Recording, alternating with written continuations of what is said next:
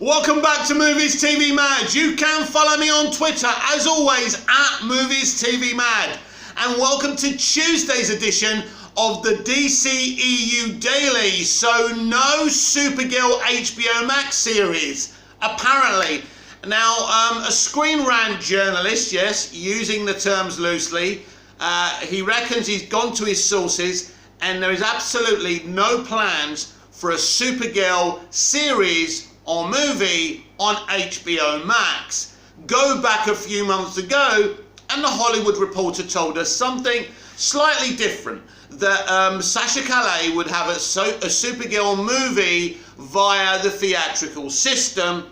So the Hollywood Reporter don't get it wrong, because they have sources at Warner Brothers and the other studios, just like Deadline and Variety have. They're the three best sources.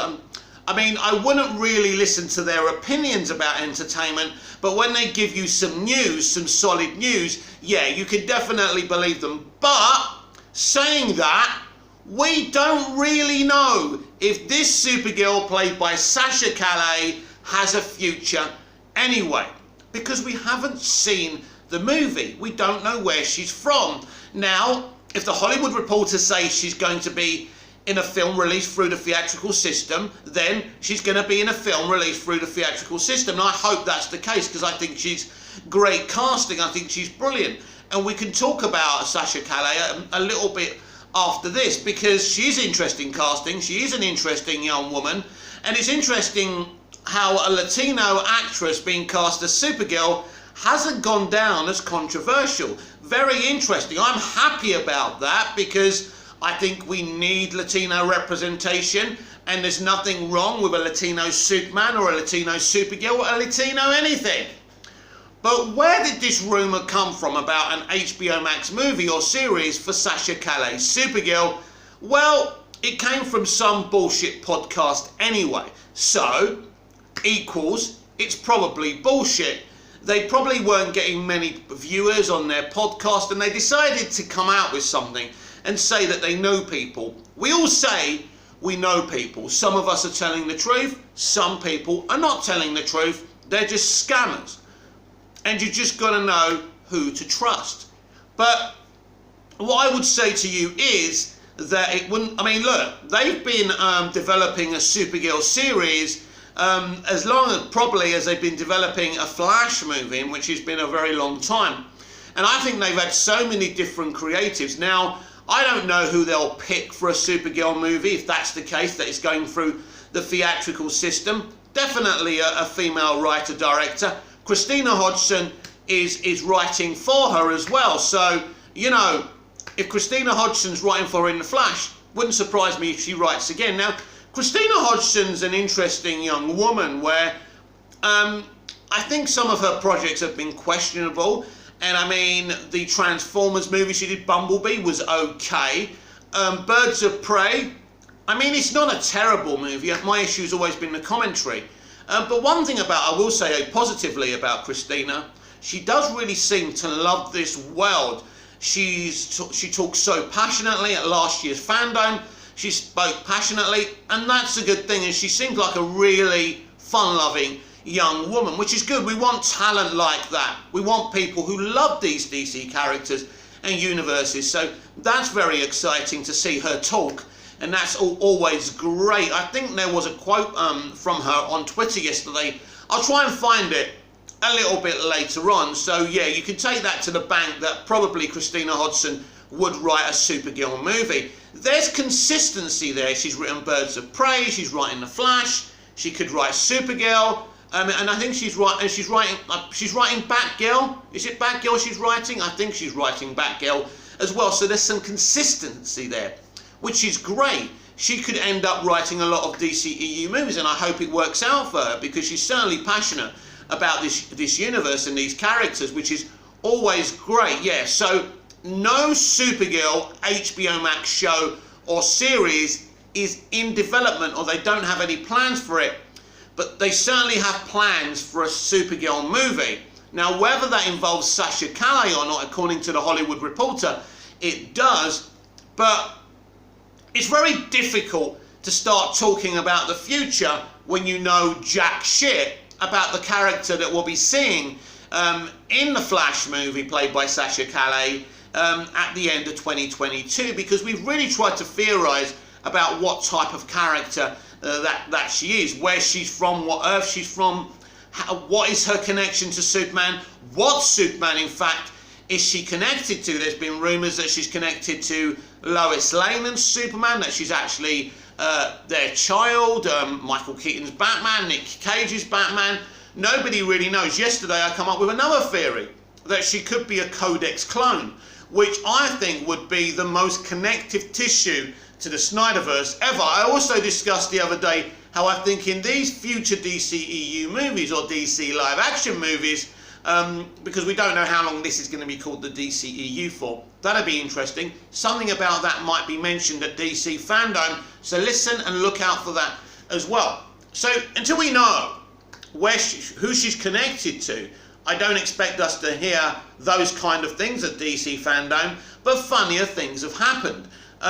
So it's difficult. I mean, a lot of people criticise the DCEU for not thinking ahead. Well, if there's a Supergirl movie being released through the theatrical system, they're thinking ahead. We're getting a Blue Beetle movie, we're getting a Batgirl movie, you know, we're getting all sorts of stuff. So they are now thinking a lot more ahead than they used to. And that's credit to Ann Sarnoff, Jim Lee and Walter Hamada. They seem to make a great team. There doesn't seem to be any difficulties. In fact, for the first time, we seem to have a bunch of people running the DC Extended Universe that actually do have a plan. And I understand the frustration from the Snyderverse fandom saying they don't have a plan, but I'm sorry, they do. Now, I understand your pain. I feel your pain. Watching Henry Cavill standing at a Netflix event saying he's doing Enola Holmes, The Witcher Season 3, you know, that hurts me. I want Henry to have a great career. I hope he's the next Bond. He's doing really, really well now, but it hurts me because he's talking about all these projects, but he's not talking about Superman any longer. And that hurts me, and I know it hurts a lot of you as well. It didn't have to be this way. He could have made his third Superman movie by now, or at least be working on it. It's very, very sad. When I talk about Superman, I mean Superman. Man of Steel, a Superman movie, another Superman movie. I don't mean Man of Steel, BVS and Zack Snyder's Justice League, Snyder Cut or Justice League. I mean proper, bona fide Superman movies. As you know, I love BVS. And I think Superman's great in it, but he's not really the same Superman as in Man of Steel. He's the same Superman, but there's a somberness about Superman in BVS, and I felt there was at least a little bit of levity with Superman in Man of Steel, and that was down to Goya and Nolan. I think I do prefer Superman in Man of Steel than I do in BVS. I still think it's a great stage BVS for Superman, and it sets him up in a very interesting way, and it deals with great themes, but you know, really huge deep themes in terms of Superman. But yeah, maybe not the kind of Superman the broader audience wanted to see, but that's what we got. Because of Batman vs Superman, things became a bit complicated, really, and it complicated Cavill's future playing Superman, and that's a shame. We don't even really know if he's got a future. Again, I hope beyond hope that something will be answered at DC Fandom, but I don't think we're going to get the answers to everything we want to get answers to at DC Fandom. And so I expect to meet that Sasha Calle at DC Fandom. I expect all of us to meet her at DC Fandom, and I think she's a vibrant young woman, she's a really good actress, and she's the right pick for this Supergirl. And she's Andy Machete's pick, which is great. I'm not sure if she's Argentinian. We know she's Latino. I just don't know, you know, in which part of Latin America she's actually from. She's actually originates from an American daytime soap opera. And actually Brandon Routh originated from that as well. So she could even be connected to Brandon Routh's Superman. This is the multiverse after all. So she could be connected to anyone. But there's another theory. In the Flashpoint graphic novel, there's actually a Flashpoint Superman. Well, what if we're not getting a Flashpoint Superman in this movie? What if Sasha Calle is actually a Flashpoint Supergirl? Ah, didn't think about that, did ya? I mean, they're doing a lot of gender swaps these days, a lot of cultural swaps, so why not? So that would be interesting if she's a Flashpoint Supergirl. Now, it's Flashpoint Superman's a very interesting character. He wasn't found by the Kents. He's been kept away from sunlight. He's powerless, he's thin, he looks like he's about to die. Now, we did see a shot, didn't we, of a place with no sunlight. And I don't know if that was kind of where people were trying to say, maybe that's where he's been held. In fact, there was hints that maybe Sasha Calle's Supergirl was being held there. So, yeah, I think if she's anything, she's a Flashpoint Supergirl. Now, obviously, if she's a Flashpoint Supergirl, Flashpoint is the version of Earth 1 that's created when Barry goes back to save his mother, which is basically the Keaton Earth. But what is Michael Keaton doing on a Flashpoint Earth, right? Because we've got to be honest here. He's not suddenly, he either meets him in Gotham 89, right? And he's stuck there. Or he creates a new Earth, which I expect that's the case. So what's Keaton's Batman actually doing there? Well, if there's a new Earth, Keaton's version of Batman could be there, right? But it's not the version we met in 89.Maybe. I'm not sure what's going on. But I love all this. I love Mystery Box, and I love guessing and having theories. And I know a lot of you two. I hope there's more than 2 of you watching. I know I don't get a lot of viewers, but I think I get more than 2, right? But I know that you lot like that as well. So she could be Flashpoint Supergirl, which is very, very interesting. But who knows where she's connected, who she's connected to. But I would say, thinking about it, and I only just plucked that Flashpoint Supergirl theory out of my head as I was talking now. As you know, none of what I do on YouTube is scripted, so I'm very, very random. And thinking about it, her being a Flashpoint Supergirl makes more sense than anything else. It makes more sense than her being Cavill's and Amy Adams' daughter, being connected to Nick Cage's Superman, being connected to anybody else's Superman. But then, where's Superman in the Flashpoint universe?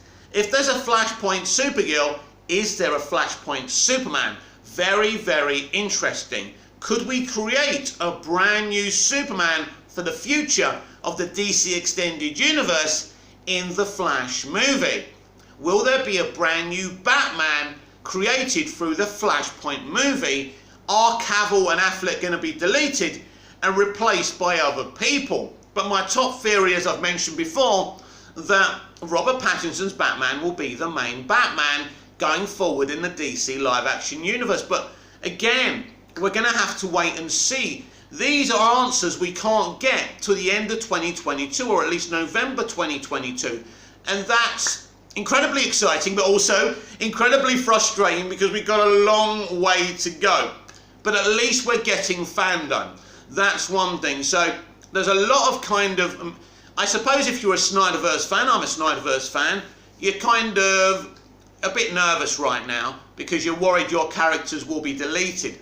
I would think it wouldn't be logical to delete the Snyderverse. I don't know if they're going to do it, but for me, you always leave yourself, as I said yesterday, a plan B, because you never know when you'll need the Snyderverse. And the DCEU started with the Snyderverse. We know nothing's going to be forgotten with this reboot of this franchise and of this universe when Barry goes back to try and fix what he's broken. So, although we know the premise of this movie, we know some of the players that will be in this movie, that hasn't really given us any answers. In fact, it's given us more questions than answers. And I think this will continue to be the case. But I do expect Sasha Calle's Supergirl to have a future within the DC live-action universe, and I expect her somewhere, whether it's streaming or through the theatrical system, to have her own movie or series. It's that could be announced at DC Fandom. Who knows?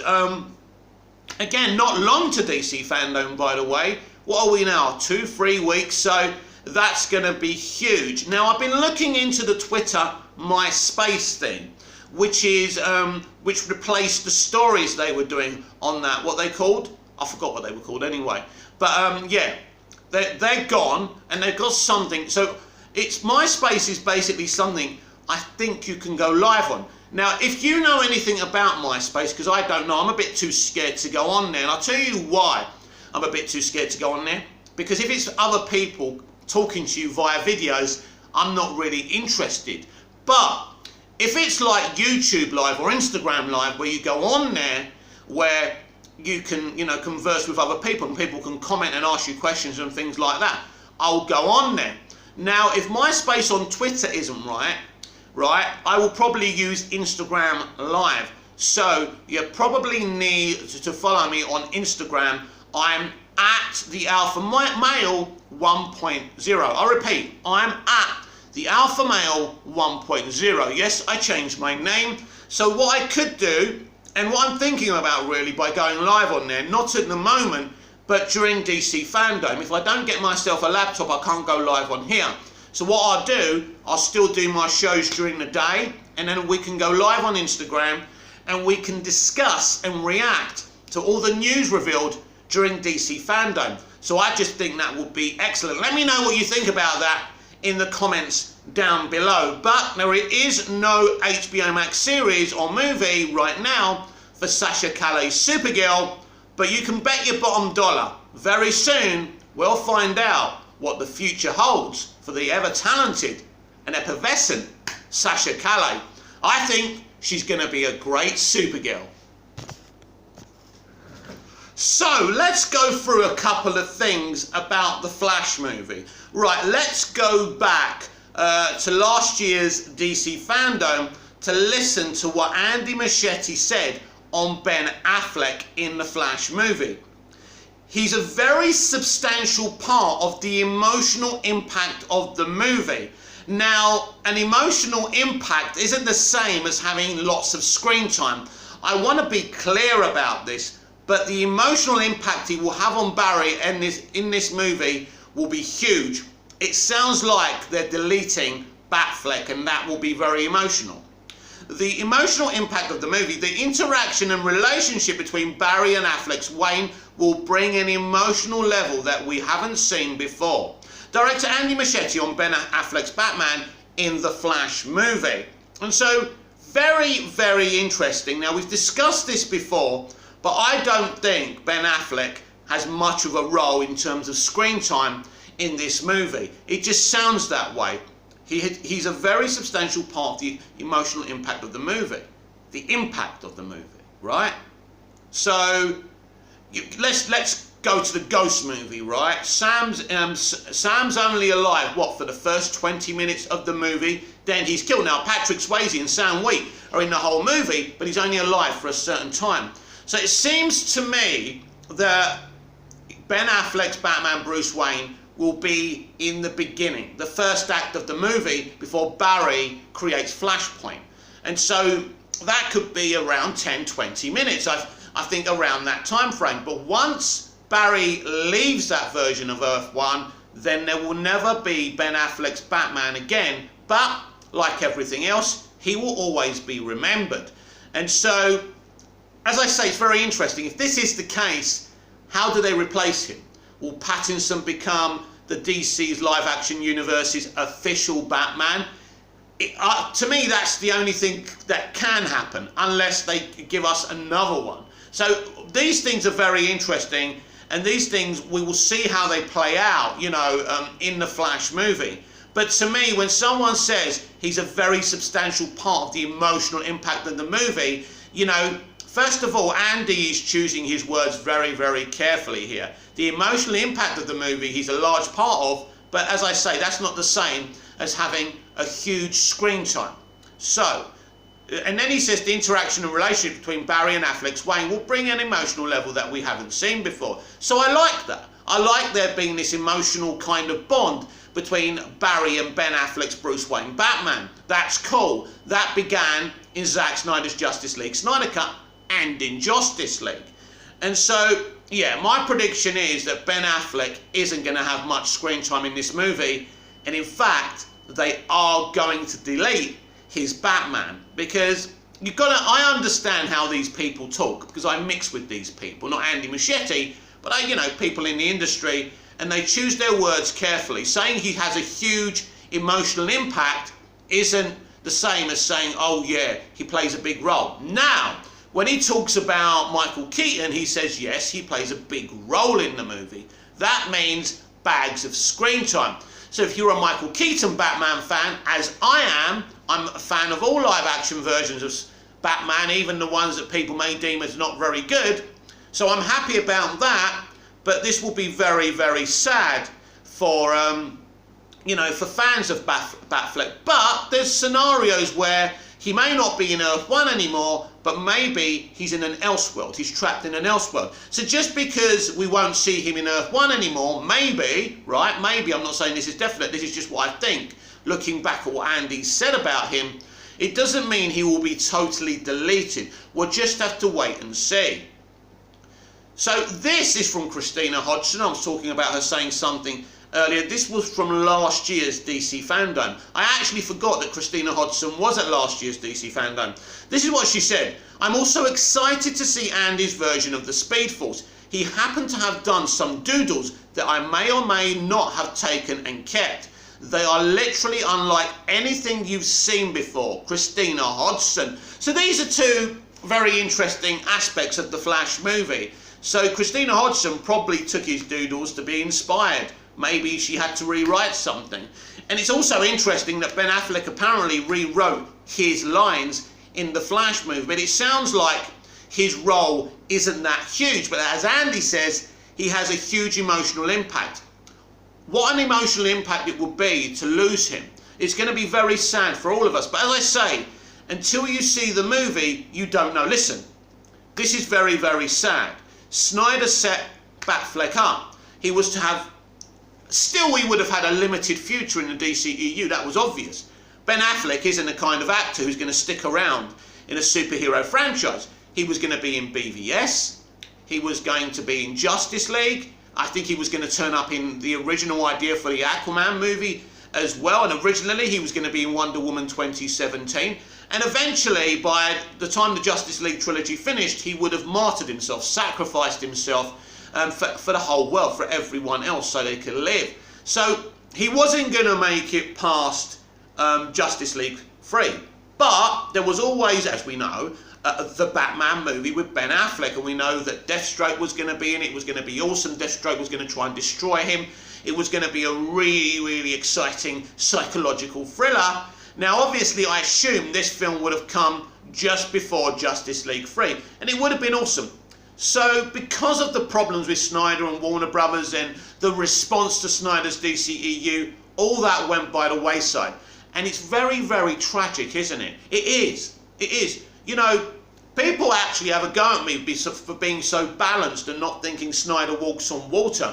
Even though I love him as an artist and a director, and I love his DCEU movies, I don't always, kiss his backside, because I'm honest about, what I think. So if Snyder's ever watched my videos, which I doubt, by the way, but he does watch videos, I would say to Zach, listen, I love you, dude, but sometimes I will call people out if I think they're wrong, if I feel, because it's my truth, it's not a universal truth, and it's not your truth. It doesn't mean I don't love you, dude. It just means, and I want you all to understand this, that my channel is about balance. It's not about saying the right things to suck you in and get you to subscribe, to do the Pied Piper thing. It's about just giving you my truth. My truth isn't your truth. There's no universal truth. Everyone has an opinion, and this is how social media becomes toxic, of course, because everyone sees the opposing opinion, gets angry. I try my best not to react in a bad way, but yeah, I do have a laugh with people. I do make fun of people if I don't agree with them. I shouldn't do it, but I'm only human. But that's the thing. So, in the aspects of, I think that Cavill and Affleck have been affected with what went wrong with the DCEU from its inception. We were going to see an awesome The Batman movie. Matt Reeves wouldn't have come in. But let's not forget this, that Ben Affleck was going to go, and once Snyder finished his arc, He was going to enact a Flashpoint anyway, and they would have brought another creative in. You know, that would have been really fun if the DCEU did it like the comics world. One creative team comes in, they leave, then another one comes in. I like that idea instead of the same old creators running it all the time. But that can still happen. Unfortunately, Snyder hasn't finished his arc, which is a shame. And because they're not allowing him to restore the Snyderverse, this is why they're doing Flashpoint, so they can tidy things up. What's canon, what's not canon, maybe nothing will be canon anymore, maybe some things will be canon from the Snyderverse, and other things won't be canon. I think Man of Steel will remain canon. It'll be interesting. I think BVS is interesting, because that's where we are introduced to Lex Luthor. I think BVS could be deleted. I think that's the one they're gunning for, because so many of the critics and the pundits hated that movie. A lot of the broader audience hated that movie. I don't want that film to be deleted, by the way. But, deleted or not, if you love that movie as I do, it can never delete it from our minds. It can never delete it from our hearts. They can't take it away from you because you've got it in your cabinet, right? They can't take the Snyderverse away from us because it's ours. It's Zack's. We've got it. We've experienced it. Now, maybe we will never get more, which is a shame. But the point is, we've experienced those movies. Are movies from great auteur directors who only make one movie less valid because they're not a trilogy or a whole franchise? Of course not. We can still enjoy them whenever we want. And this is the thing you've got to remember. There's nothing wrong with fighting to restore the Snyderverse. But as I say, a great tragedy that Snyder's arc wasn't fully realised. A great tragedy that we probably won't get any more Henry Cavill Superman movies. A great tragedy that we're not going to get Affleck's The Batman. Because reading some of that script that's been leaked, it's sensational. You know, to think that Affleck is going to be driven, you know, he's going to have his life destroyed piece by Deathstroke. It sounds amazing.